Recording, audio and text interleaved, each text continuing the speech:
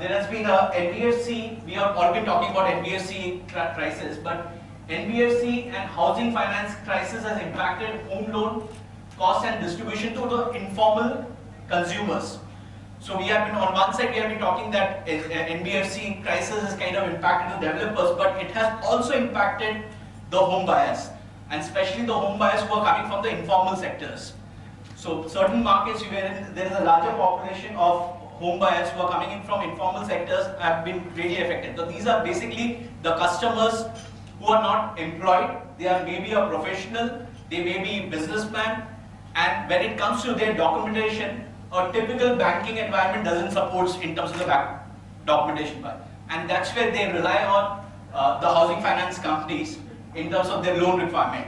So because of the crisis that hit on the NBFC side and the housing, so the housing finance companies also kind of got impacted, and there was a direct impact to the informal consumer segment, which is kind of impacted in terms of the demand. So this is a direct correlation between the demand.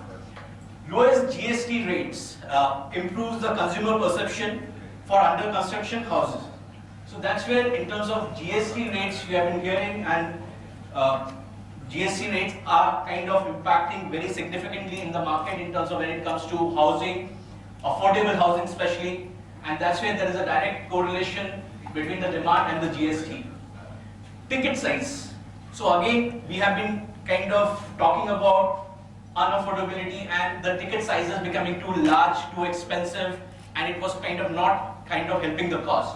So what we are seeing is there is a ticket size that is kind of shrinking, and the ticket size shrinkage has also kind of propelled, and there is a direct correlation with the demand. Affordable housing, as I was mentioning, affordable housing, CLSS, 2.67 lakh rupees of benefit that is there, plus the GST lowered to 1% right now for the under construction affordable housing. That is all is kind of connecting to the demand, and that's where it's kind of related to the demand. Repo rates have been lowered by 75 basis points over the last 12 months. When I say transmission maximum 35 basis points, that's from the RBI, it has been reduced by 35, but the transmission which goes to the end users or the consumers, that is up to 35 basis points, that's the transmission that is moved. There is a very interesting trend, not so much as far as the Bangalore market is concerned, but certainly it's a trend, it is kind of picking up, which is in Mumbai especially, and certain pockets in Delhi also we are seeing that trend, which is pay now, move in later, or move in now, pay later. So this is typically why it is happening so, is there is a lot of under construction finished product which are lying in certain markets, and these products are kind of not moving.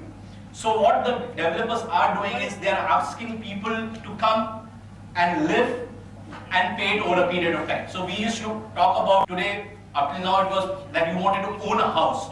Now people are moving away, and the younger generations are moving away from owning a house and kind of moving into spaces which are rented accommodations, whereas spaces which is providing services to them. So that is what I'm referring to in terms of utility. To the dynamics is again changing in the market. So that's where the shared spaces that we talk about in the commercial market, we talk about co-working. In the residential market, we talk about co-living or student housing or senior citizen retirement homes. These are all utility-based solutions.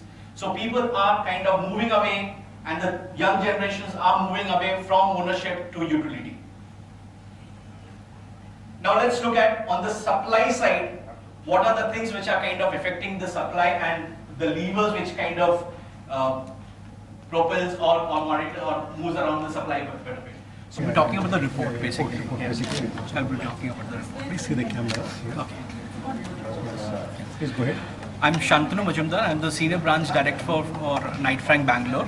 And Knight Frank, just to talk about Knight Frank, we are a UK-based organization. We have been there in the business of real estate for the last 120 plus years, and in India we have been there in the market for last 23 plus years, and as far as Bangalore is concerned also we have pretty much there for about close to 20 odd years servicing in this particular market.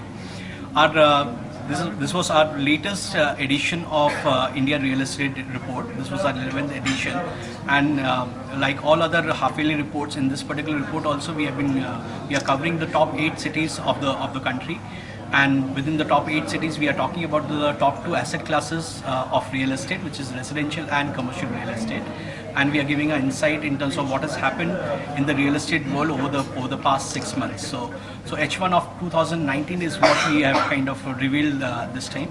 And for the city of Bangalore, it has been a fabulous news in terms of both as far as the residential development or the residential market is concerned, as well as the commercial real estate is concerned.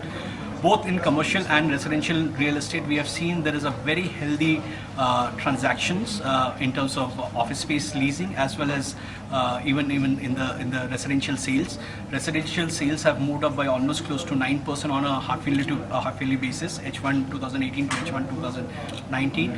In terms of commercial real estate, it has moved up by almost close to 26% on a half-yearly basis, the transaction volume. And today, in fact, in commercial office space, the transaction volume is close to 8.3 million square feet, which is highest among in the past 1 decade.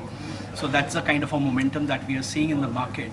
And as far as the segment or the residential segments are concerned, there is a huge shift in terms of the market segment. Almost close to 85% of the total launches that is taking place in the market has happened in the sub 75 lakh rupees bracket.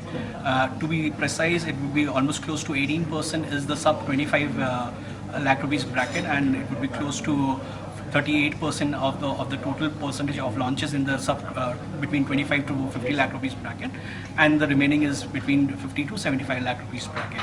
So after the general election, how is the market impacted? See, general election is more to do with the India scenario, the India story. The real estate is more regional and more state subject. So for us, general election doesn't make much of a difference. But yes, from a stability point of view, we all look at stability. We are seeing that the things that are going to affect the real estate largely is infrastructure projects.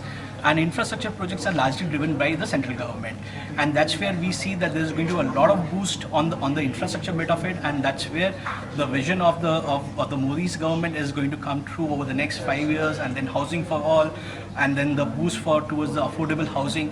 All these are effects which we have been seeing for the last 2 years, and today we are seeing the results. There is a complete change in the mindset in terms of how the market is behaving, the market is delivering. I think the market has realized where is the real demand, real potential.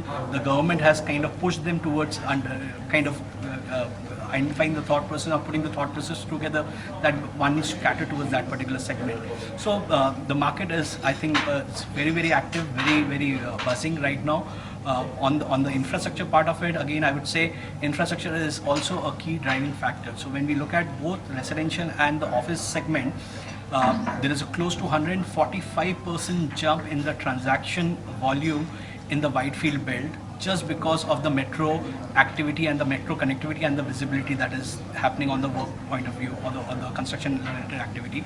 Similarly, on the Whitefield field on the residential side, there is almost a 500% jump towards on the launches part of it. So that itself shows that if there is an infrastructure development that is taking place, it is actually going to boost both the residential as well as the office sector.